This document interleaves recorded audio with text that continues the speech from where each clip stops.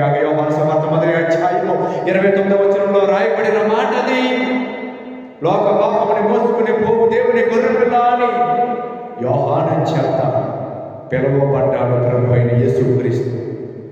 ఈ భూమి మీద ఉన్న ప్రజలందరి కొరకు, ఈ భూమి మీద ఉన్న ప్రజలందరి పాపముల కొరకు సిలువ మీద వేలాడిన ఏకైక దేవుడు ప్రభు అయిన యేసుక్రీస్తు. ఏకైక దైవ మానవుడు ప్రభు అయిన యేసుక్రీస్తు. ఏకైక దేవుని యొద్ద నుండి దిగి వచ్చిన వాక్యము శరీర దారిగా మార్చబడి మన కొరకు మరణించిన నిజ దేవుడు, సృష్టికర్త ప్రభు అయిన యేసుక్రీస్తు మాత్రమే. దేవునికి స్తోత్రం చెప్దాం. హల్లెలూయా. యేసుక్రీస్తు చాలా గొప్ప దేవుడండి. ఆయన ప్రేమ గొప్పది, ఆయన కృప గొప్పది, ఆయన జాలి గొప్పది, ఆయన దయ గొప్పది, ఆయన వాత్సల్యము గొప్పది, ఆయన కనికరము గొప్పది. ఆయన మాత్రమే గొప్పవాడు. బిడ్డలారా, యేసుక్రీస్తు సన్నిధిలో మనం ఉండాలి అని ప్రభు ఆశపడుతున్నాడు. దేవునికి స్తోత్రం కలుగును గాక. నరకం నుంచి తప్పించుకోవాలి, జీవ మార్గములోనికి మనం రావాలి అని ప్రభు ఆశపడుతున్నాడు. దేవునికి స్తోత్రం కలుగును గాక. అయితే ఆ యొక్క వ్యాపారము చేస్తూ ఉన్నవారు అక్కడే ఉన్నారు, కానీ వారికి అర్థం కాల, వారు ఆలోచించాల, వారు పట్టించుకోలేదు.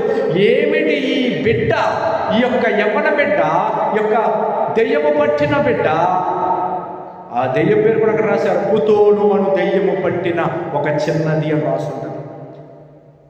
ఎందుకు ఇలా చెబుతున్నది అని వారు ఆలోచించలా. వారు అది కూడా సోది అనుకున్నారేమో.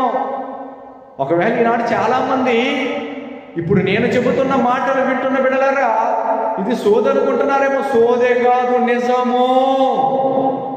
నిజములో నిజము, ఇదే నిజము. దేవునికి స్తోత్రం కలుగును గాక.